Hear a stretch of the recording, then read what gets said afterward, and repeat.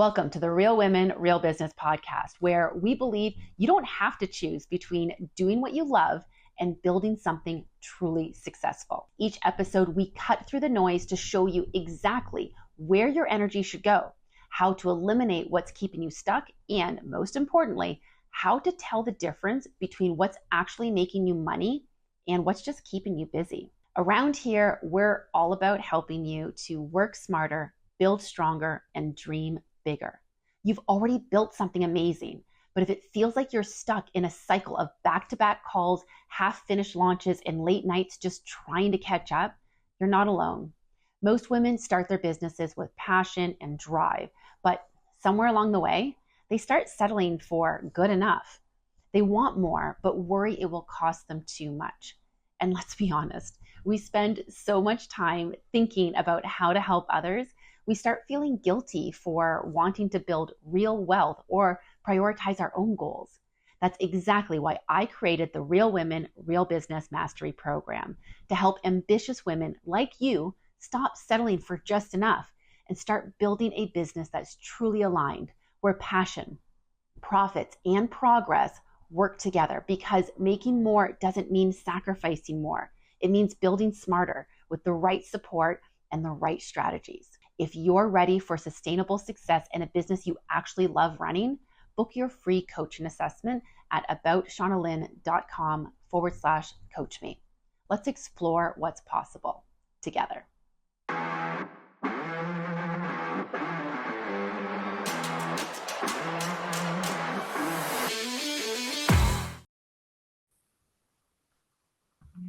Hello and welcome to the Real Women, Real Business podcast. I am your host, Shauna Lynn Simon, and today's guest is Jennifer Lemmert. She's an award-winning communications consultant and expert in executive branding as well as employee engagement. And she comes to us with over 20 years of experience supporting leaders in various industries, from healthcare to tech to finance and government. But here's what makes her story so relatable to our audience is that Jennifer herself became an accidental CEO when she lost her job during the pandemic. Sound familiar, anyone? So starting her business during nap time and late nights, she's built a high six-figure company in just 5 years, while also, get this, raising 3 boys under the age of 8. She's passionate about helping leaders to craft authentic brand stories that are going to inspire trust and action.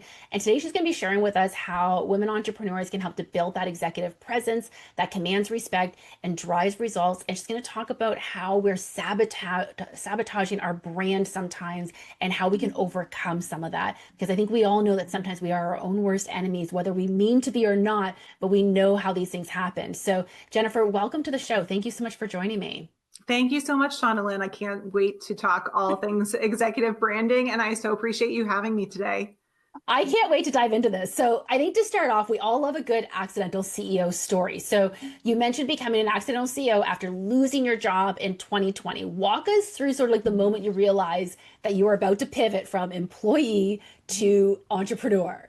So it actually starts pre-pandemic, because no kidding, New Year's Eve 2020, I had a 3-year-old and a 1-year-old. I was spending probably 2.5 hours a day in a car commuting to my corporate job. I never had dinner with my kids. I kissed them and ran out the door in the mornings, and I was feeling really done. So New Year's, I said, this is my resolution. I'm going to figure out how to do something different this year.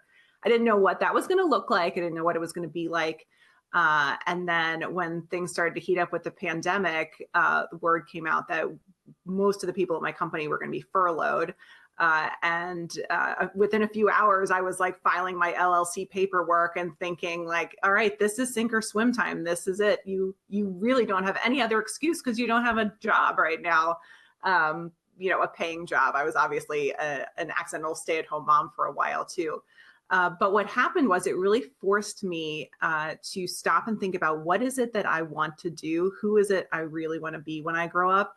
And how do I create a company that is sustainable, both for me as a career-driven professional and also to raise, at that time, 2 kids. Now I have 3 kids. So it was hectic. And I spent a lot of nights and nap times agonizing over who were my clients going to be? How do I reach them? We couldn't see people in real life at the time. And that's kind of where I even fell into executive branding. How do I tell my own story? How do I write my own story of this business and my career? And yeah, so within, I don't know, 6 or so months, as soon as I finally got up the guts to announce it, that's when big things started to happen. And I thought I'll do this for a little while. And now, over 5 years later, it's grown into something that's so much better than I could have imagined. So it was an accidental win that I'm really grateful happened to me. Well, I like how you talk about how you put it on your radar at New Year's. And what that Mm-hmm. does is it really opens up your mind to start looking for the opportunities. Now, little did you know there's going to be a pandemic coming down the Right. pipeline. That's Right. like, here's your opportunity. Yeah. A little more extreme, I think, than we're usually hoping Extreme. for. Very Yeah. extreme. And I certainly, it's one of those things where, you find the silver linings. There were many things that were obviously difficult and awful about that time. But I mean, I think those are the times when we can really find the most growth. And, whenever I think about why am I doing what I'm doing, when I start to feel some of those burnout moments, I can take myself back to that moment in time and realize like, this is where it all started. This is why it started. And I can find new energy there. Right. Yeah. And I think, yeah, I mean, again, it's so fortunate that you already had your mind kind of pre-primed to be thinking about something. But Mm-hmm. it's so important that we think about what is it that I actually want to be doing? Mm-hmm. Because this is a big thing, you're talking about burnout. This is where burnout comes from, is if Yep. your passion is not aligned with where your profits are coming from, or if your Mm-hmm. business isn't moving forward, making the progress you need. Like we need all those three things, your passion, your profits, and your Yep. progress all need to be in alignment, or that is how you end up hitting burnout. And of course we want to try to avoid that as much as Right. possible. So in those early days of starting the business, and again, you definitely had a bit of different circumstances in that you're dealing with a pandemic, can't see people Mm-hmm. in person. But how did so how did you navigate some of the first challenges? Like what were maybe some big mistakes that you made in those early days that kind of led you to some of your successes? Because I think that's where we tend to learn Yeah. sometimes from some of the biggest mistakes that we make. Mm-hmm. Of course. And I think when you're talking about being driven by passion versus profits, that's all I had at the beginning was passion. And part of the passion was I don't want to be broke, right? Right. But when you start out and you're new, and especially if you're coming from a corporate job, you think, well, I can do everything because I've done all these things in my past. But the fact of the matter is, you're not good at everything. So I think I started out being really broad. Like I do all things communications. I was letting people pay me to do websites for them. I'm not a website professional, but I could figure it out well enough, right? And so when you start sort of really big like that and you do work that you feel you're just doing just to get yourself going, you can start to really narrow down and start to niche down. And that's what I started to do. What are the things that I find most enjoyable? What are the things that I think I'm the best at? And to your point, this whole idea of like authenticity and executive branding, it was something that we'd always done in communications. I don't know that we really had the language around it at that point 5 years ago. But I was like, I love telling people stories. I love telling other people's stories. I always wanted to be a journalist. And the more I started working with clients on those pieces instead of the stuff like, websites or, certain like media relations, some of the things that were not the passion points for me, I realized I was really good at those things and people would continue to pay me for them. And then I could charge more because I was offering a service that an executive's or internal person could not do because they have 10 million things on their plate. I can really be super specialized. So at the beginning, it was going from like this huge menu of options and really scaling into what are the things I'm good at and I really offer the most value for. I think another thing that I did not really have a good grasp on early on was like some of the financial stuff. I still struggle with that. I have to outsource kind of all those things to help people, have services in place, people in place to help me stay accountable so that I remember to pay my taxes on time and I pay the right amount or make sure my corporate credit card is paid. Like all those things you just don't even think about when you're in a corporate space. But I think trusting some of the wrong people, getting bad advice, but all of that becomes fuel for how to do it better and how to share it with other people so that we can all do better when you know better. Well, and one of the things that I really like that you talked about was how you started off broad and you fairly quickly narrowed it down. But Mm-hmm. this is one of the things that, you know, often we make the mistake of, well, I can do it, so why wouldn't I do it? And if someone's Right. going to pay me to do it, but there's a cost that comes with doing Yes. things that don't actually align with where you're really good and where your that sweet spot is, Mm-hmm. and what you're really passionate about. But I Yeah. can also understand when you're first starting, you're like, just give me money. I don't care where it comes from, just give me money. So I um, do. I would not do that if we were fast forwarding 5 years and I was starting now. I would not do that. So agree 100%. but it's also always easier said than done. 'Cause I'm sure there's some people listening to this like, listen, I got to put food on the table. I got to pay Yeah, some bills, and I'm of going to course. take the awful client that just came down the pipeline, whether I like it or not. But the goal is that we want to work towards, even if that is the case, that we're taking some of these clients that are not necessarily ideal, we want to work towards ensuring that we are working with the best clients. And Yep. this is a common challenge that my clients have all the time when they come to me. Mm-hmm. They're like, how do I get the people I actually want to work with? Like every client I Mm-hmm. get just is a pain in the butt, and they're haggling over the price and all these different things. And so you talk about using our stories, and you talk about Mm-hmm. like an executive brand. Let's actually backtrack this for a moment. What is an executive brand? If someone's listening to this and being like, I'm not a Yeah. brand, I'm just a company. Like I'm just a person, I'm an entrepreneur. Yeah. Like what is an executive brand? I think we get caught up sometimes in what the brand elements are. People think, I talk to people all the time who want to get started and they're like, well, I need a logo and I need a website and I need a color palette. And all of those things are important at a certain point, but you Mhm. can't create them if you don't really know who you are and what makes you special. And I know that might feel a little bit woo woo, but when it gets down to like the nuts and bolts of it, it's what do you want people to say about you and your company when you're not around? What do you want customers to take away from the experience of working with you? And that to me, sort of the executive brand is really the story of you and your business. And I think about it as being almost like your personal identity as a business leader, because each of us is. And I think that's a hard mindset shift too. You think, Right. well, I'm starting a company. When I was starting, I would just say, well, I'm a freelancer. And I don't say that anymore. I say, I own a communications company that does this, this, and this. So I Yes. think you really have to like claim that space first. Like I'm a business owner, I'm a CEO, I am a founder. Like really using that power language and not being afraid of that, even when you're just getting started. I think that is so important. Sorry, before we move off of Yeah, that, no, I go ahead. really want to, because I think this is, I really want to make sure people are hearing this, because I can remember doing the same thing. So my first business was a home staging business, Mm-hmm. and I would go to networking events or parties or whatever, and people would say like, oh, like, what do you do? I'm like, oh, I'm a home stager. And they thought that I just, you know, went around and fluffed pillows and such. And of course, Mm-hmm. you know, there was this staging was quite new. This is back in 2008 when I first started. Staging's brand new. People don't know what it is. And so, you know, I very quickly changed the language to telling people I operated a home staging company, or Yeah. I own a home staging firm. Like there was different Mm-hmm. terminology that I used for it, but it changed how people looked at me when I Yes. said that. And I'll admit, like I actually built a team of stagers, which was unheard of at the time. People, Awesome. stagers were single people. They were driving around in their trucks themselves, and they brought in the odd person to help them with things. Yeah. But for the most part, like they were doing all the things themselves. And I was very quickly like, no, I'm going to have a team, and this is how Mm-hmm. this is going to work. So I did have a team of people, but I would say even if you don't have that team yet, even to your point of you're outsourcing things like some of the financial stuff, and like we're probably all of us are outsourcing something, even if it's just in a small way. Mm-hmm. But even if you're not outsourcing anything, I think that putting yourself, like you said, in that title of running a company, you are in Mm-hmm. charge, you're responsible for this Yep. company and all of its outcomes. That is not just you. Yes, you are a big part of it. Yes, you are a big part of your brand. Mm-hmm.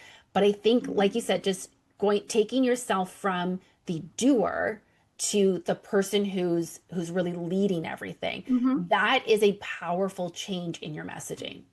It changes how people receive you too. I mean, there are people that I've seen at, kids' birthday parties and they'll say, are you still freelancing? Which I say, no, I own a company Right. and I have these big projects. I think, and we can get into this later, but I think sometimes as women, we are afraid to brag. Like we feel like we have to be modest. If it's not perfect yet, then I can't talk about it because somebody's going to know that it's not perfect. But when it comes back to executive branding, I mean, this is your story. It is the three pieces of it that I think are the most important. what is it that you do? I mean, the nuts and bolts of it, not just I'm a home stager, but I own this home staging company and I manage a team of home stagers. What's your unique value? What sets you apart from the other people who are in your space? And then why would someone pay you to solve their problem?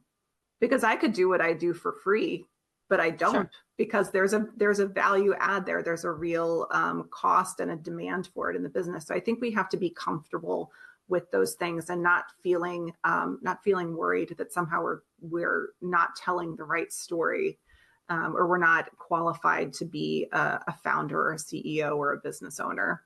But you do touch on something that's really important to address. And I know we've addressed it on previous podcast episodes, but I feel like it just can't be said enough and by enough people. But just that mentality of just, we're not enough. Like I'm not big enough to call myself a company yet, or I need to know a little bit more about this, or even just what you're talking about in terms of your unique value and why would someone pay you to solve their problem.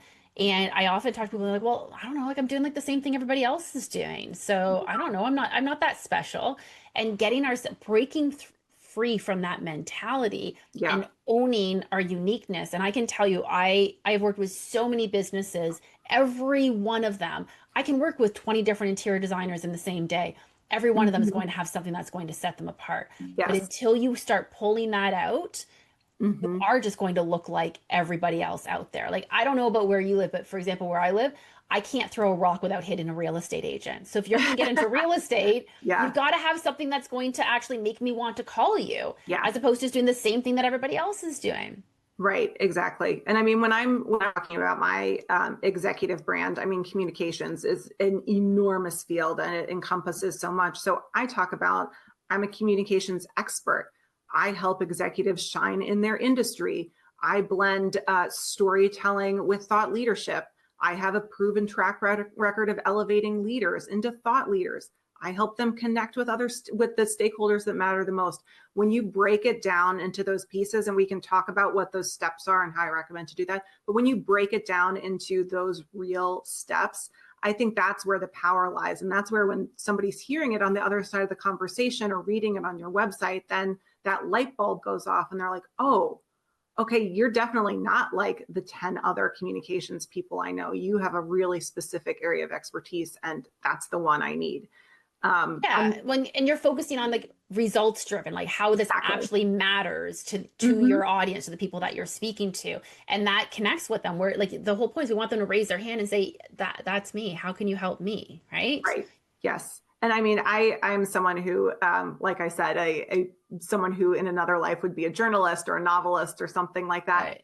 I mean, my recommendation, if you're a business owner, write these things down. Like, go ahead and just journal it out so that you have that reference point, and share it with other people that you trust and get that kind of feedback, because that's, I mean, you can market test it, sure, but why not A/B test it with people who already like you and know you and think you're smart? Yeah, for sure. And I mean, one of the things that you also talk about is, you know, we talked about kind of the messiness of building our business sometimes. And, you know, we all hit these setbacks, we make these mistakes along the way. And you actually talk about taking those setbacks and turning them into brand stories. Yeah. And I can imagine there's a lot of women who are probably listening to this and being like, no, I would like to keep that to myself. I don't want to share that with anyone. But you're right, though. I feel like it's more relatable. I went to, it was about a year or two ago, I guess, I went to the seminar that was put on by the executive coach for a colleague of mine. And so I really respect this colleague. So I really wanted to check out what his coach had to say. And the coach gets up there and talks about how he decided he wanted to start a coaching business. So his dad gave him a bunch of money and he hired a bunch of consultants and he started this coaching business. I'm like, cool, I'm never going to work with you. Right. You don't know what it's like down here in the trenches. Right. You know, so I feel like people want to understand. And a lot of us, we develop a business out of the things that we had to learn the hard way. We want to, you know, kind of mama bear it a little bit of like, let me help you not learn the hard lessons the way that I learned them and give you a smoother path. So how do we take some of those setbacks and actually turn them into a brand story that people actually want to hear about? So the brand story doesn't just sound like, well, this woman doesn't know what the heck she's doing. Like, I think that's what we're all afraid of. Yeah. And I think you have to be very discerning about which setbacks you're going to share, right? Sure. Which are the ones that you have that are real lessons that you learned that you feel are most applicable to someone else. Like, I mean, I have a million stories about a million things, but I mean, you can look at the life of your business and you can probably pick out, even just to start, like 2 or 3 kind of pivotal moments where, you felt like you weren't doing well and you were able to spin that into something positive. And I'll just share one from my own experience, which is there was someone in my network who had a very specific skill set. I had a client that needed this specific skill set. And I thought, I was early on, and I was like, oh, I will bring this person in. They have this really specific skill set. And instead of me writing a contract with this individual and me getting paid and then cutting that out, I introduced them to my client. And then they like rated the business, or, not rated the business, but attempted to take some stuff from me, like just that whole kind of nightmare experience. Right. At the end of the day, I mean, I was able to turn it into good, which is, I said to myself, I know so many now women communications consultants. What if there was like a safe space where we could ask those questions, where I could say, hey, I'm thinking about working with this person. Does anybody have any advice for like how to bring in a subcontractor? I'd never done it before. So I just created kind of a community. I think we're up to like 30 now, of just Amazing. Women who know each other, most of them in my local area, to be able to put some of those questions out there. And I've told this story a million times now, because the root of it is, when you are a business owner, you cannot be afraid to ask other people for help, ask other people for advice, have your trusted board of directors to pressure test people with. I thought, oh, well, I know what I'm doing. This can't be that hard. I trust this person. Like, you can't do that kind of stuff. So like, that's a setback where in the moment I was like, oh my gosh, I've lost out on thousands of dollars. This person now has access to my contacts. And instead, now I've pivoted into this community of women where I have trusted contacts where I could say, let me sub you in, let's put a contract together. And like, there's that shared agreement now. Perfect. Yeah. Like, what are those moments? And this is the thing too. Yeah. Like, when you think about the people that you're learning from and they're giving advice, I mean, I've had people like meet me in person and have said to me like, oh, like, you're actually like a real person, or I can't imagine you making that mistake. I'm like, oh my gosh, I made a lot of mistakes. I still make a lot of mistakes, to be clear. And I openly share them as well, because I never want anyone to think that I'm just over here like saying like, I got it all figured out and I'm just gonna, teach everybody else all of my jewels of wisdom, without ever still taking risks and trying to grow myself both personally and professionally. All of that does come with setbacks along the way. But when we can take the lessons out of those and turn them into a positive and turn them into a story that resonates with other people, I mean, to be able to build this community out of something that you had that was so unfortunate and probably so stressful at the time, and you probably felt so alone dealing with it. And now you've got this whole community. So when this comes up, you can really catch it before it becomes a big deal. Right. And I think the thing too, we're afraid to share those setbacks because we think that somehow we will lose business if people know that we didn't get it right the first time. Right. But in reality, when you share that, I mean, nobody has the time to look at Jennifer Lemmert or Shauna Lynn and say like, oh, well, she made 10 mistakes, so I'm not going to work with her. People don't have that kind of time. It's just like a blip to them.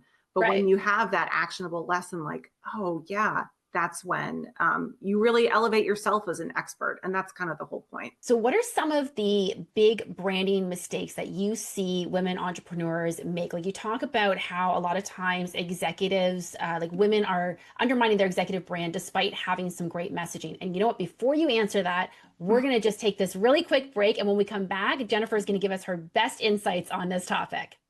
We'll be right back after this quick message. This episode of the Real Women, Real Business podcast is brought to you by, well, potentially you. Are you a brand or service that supports passionate female entrepreneurs who are ready to turn their vision into profit without the stress and overwhelm?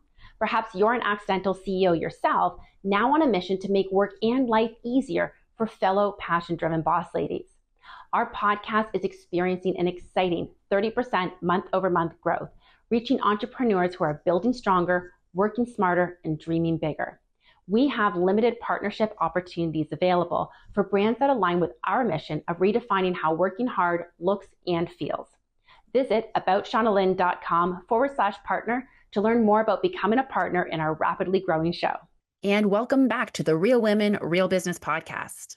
All right, welcome back to the Real Women, Real Business podcast. We're talking with Jennifer Lemmert, and we want to talk about the brand messaging. A lot of women, like they work really hard on their messaging, but a lot of times they're not quite hitting the mark. And so what are some of the big branding mistakes that you're seeing that's actually undermining that great messaging that they've come up with? I think we're afraid to brag about our success. I think a lot of us are brought up to be, very modest, and you don't want to be a pick-me girl. You're not trying to be Miss Popularity. You have to throw all of that out the window when you're a business owner, because we are literally out here singing for our supper, right? You have to unapologetically own your space and own your expertise. So I think bragging, even though you might feel that it has a negative connotation, don't be afraid to brag about all the things you've done. I think we can be afraid. True. Yeah, I think we can be afraid that we're not going to be taken seriously if we show a little bit of our personal life. I know with the execs I work with, sometimes they're nervous about even saying that they're moms or they take a vacation or something like that, because some of us, if you've come up in the corporate world, that can feel like, oh, well, I'm not serious about my job or my career. When you're a business owner, like, all bets are off. You're telling your story. You are a real person. You are also running a business. It's okay to have some integration between your work and your life. I think we also tend to prioritize everything else above ourselves and above kind of keeping our own stuff going.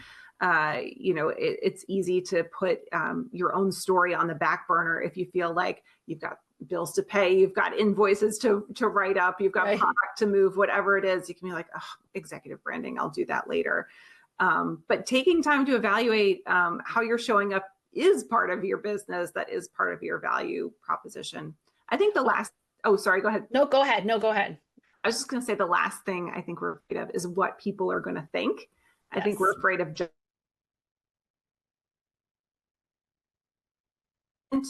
I sat on the fact that I had a business established for, I think, months before I publicly, I'm stupid and I don't, I have no right to go out there and start a business. But at this point, who cares, right? Either way, sink or swim, it's about you and your success. So you don't have to worry about what other people are thinking about or judging you for. And I think this is it. Like, we all talk about, you hear this word authenticity being tossed around, and very few people are actually living and showing a true authentic life. They're showing what they think authenticity is supposed to look like, as opposed to what it actually is to them. And we're so afraid of what everyone else thinks. And here's the truth. First of all, people are not thinking about you as much as you actually think that they are. That's the first thing to come to terms with. You're not as special in that way as you think that you are, because everybody's caught up in their own world and their own things.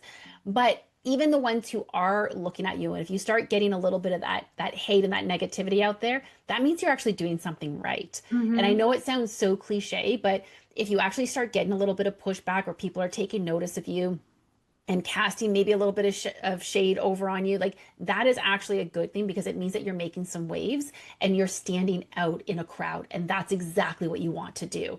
But it is uncomfortable, I think, for women, especially to get over that modesty. We are taught, like you said, to be humble and to be grateful and to not make too much noise and to be polite and respectful. And so we see this bragging about ourselves as being arrogant and taking on this stance that we're maybe not as comfortable in. But you can be confident in all the amazing things that make you incredibly awesome, while still being compassionate and natural and kind and caring. And those two worlds can come together. How does someone take those two things and bring them together? Like that, I need to be the hard corporate person, but I also want to be this soft person. And, how do I take I want to be my true authentic self, but I also want to make sure that I'm being respected. And, how do they find that balance?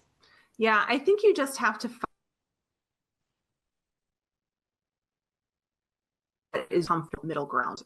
For me, it's middle. Like, I have a home office. I have these 3 kids. Like, my work and life are so integrated that, I have to be able to talk about that. And that's what helps make me relatable.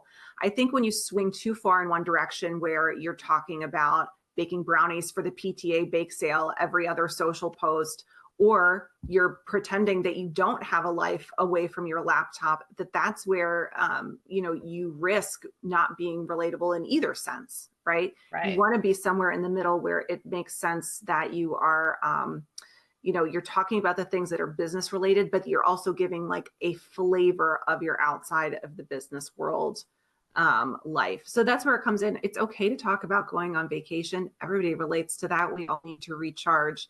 It's okay to talk about like hitting a huge revenue goal. That's showing your expertise and how well you're doing. It's making sure that those things are well balanced. And you obviously want the business content to take higher precedence, but don't be afraid to just add a little bit of infusion from your personal life. Think of it as like, going to a barbecue with people who might be your potential customers. I can't tell you how many times on social I'll tell a story about, just a client interaction, and the takeaway is somebody will be like, "Oh yeah, I saw your post, and how are your kids doing?" Just like some of that random stuff. People will see the business, they still want to get to know you as a person. They'll see you as a person. They'll also want to get to know you as a business. Sort of that push pull. Totally agree. I mean, like before we hit record here, we also talked about, I'm like, listen, if a kid comes into the picture, if an animal comes in, like whatever, like that's all reality. And anyone who's ever watched this podcast on YouTube has seen my cats behind me. Anyone who's ever seen me on a webinar has seen my cats. Sometimes they get a little vocal or they like to pop their head up, and like, this is just the reality of life. But it's funny because whenever I meet someone, they're like, "Oh, how are your cats? And how is this cat and that cat? And, different, what was this one's name?" And, because they all have their own personalities, of course. Yeah. And for me, I'm an avid runner, very passionate about running. And I mean, if you've ever met a runner, don't get them talking about running because we will not stop about it. I try not to make my entire Facebook feed about running, but I like to throw little things in there sometimes. And sometimes it's just strictly personal. Sometimes I'm relating it back to business as well. Like one of the things that I love to say is anyone who ever said you can't stop time obviously has never been a runner, because when you're running, I have all the hours in the day. Right. I feel like I run for hours and hours. And as soon as I get home from running, I'm like, oh, I have an actual life I got to get to here. Whoopsies. Like, you just kind of like get back into the groove of things. But I post about my runs and the different things that I'm seeing on them. And I rescue cats on my runs sometimes because it's crazy. But like, these are all things that how does this relate to business?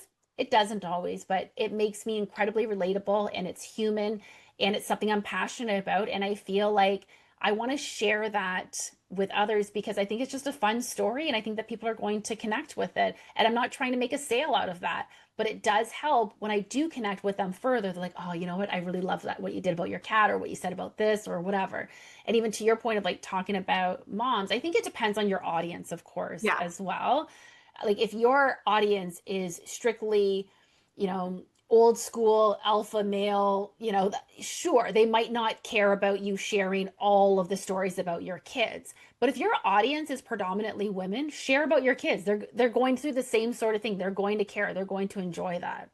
Yeah, and I think it comes back to how you want your brand to make people feel. How do you want people to feel at every point of the customer interaction?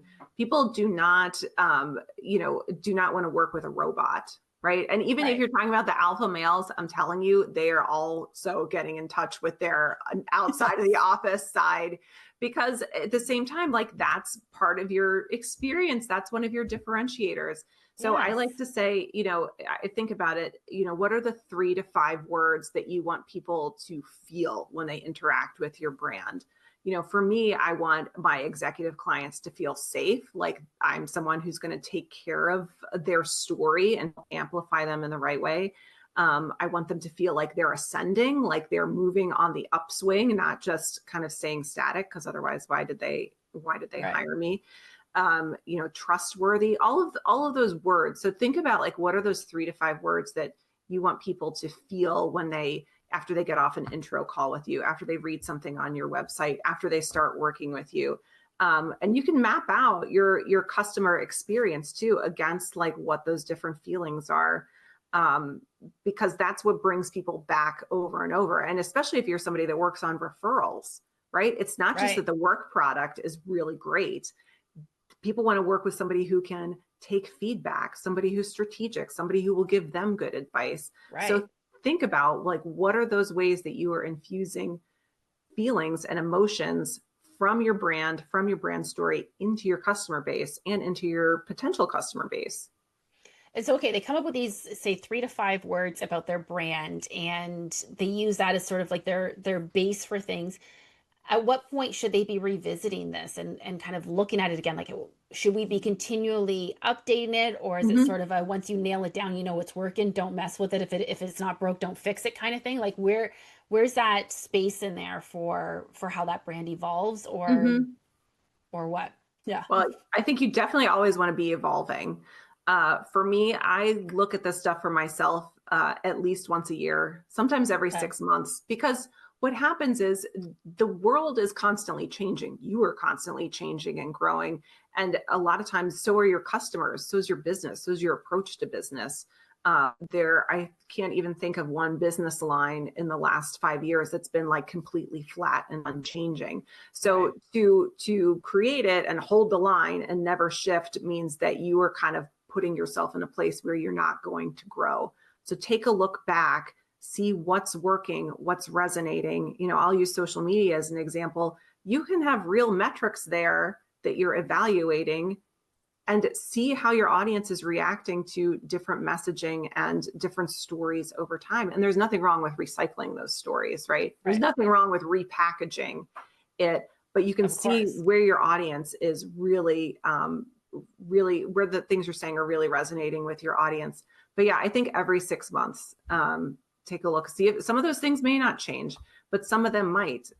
Your services might change. You know, you just always have to be in sort of that willingness to evolve and okay with leaving some stuff in the past and moving forward with something new.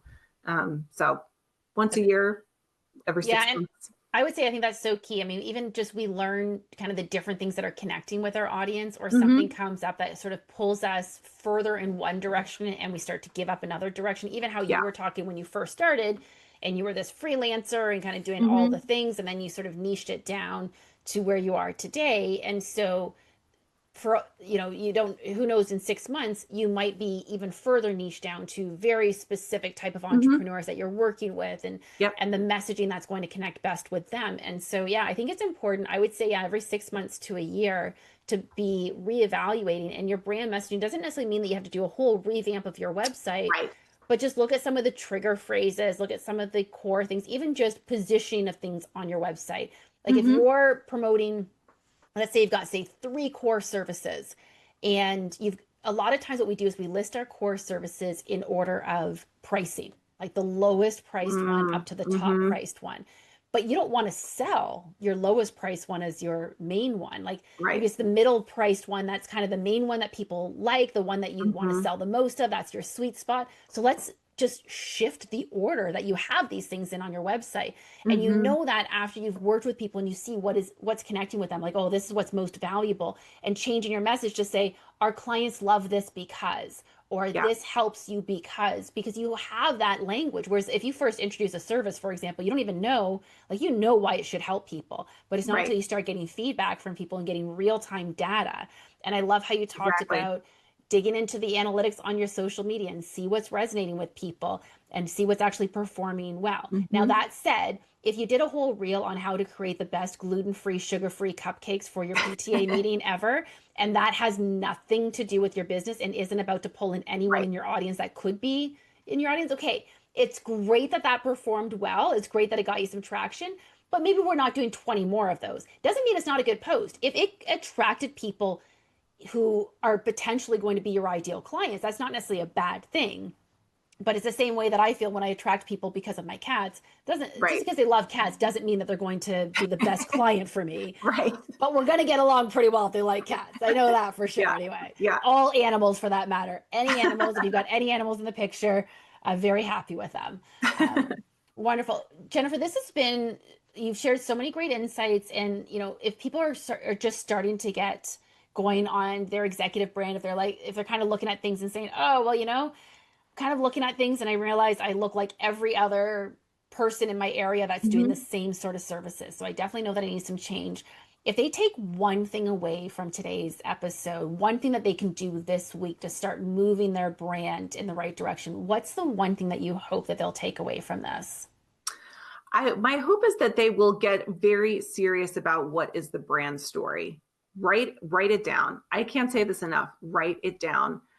Just going back to what we talked about at the beginning, write down what it is that you do. What is it that makes you unique? Even if you feel like maybe you're looking similar to everyone in your market, Right. What is it that makes you unique and sets you apart?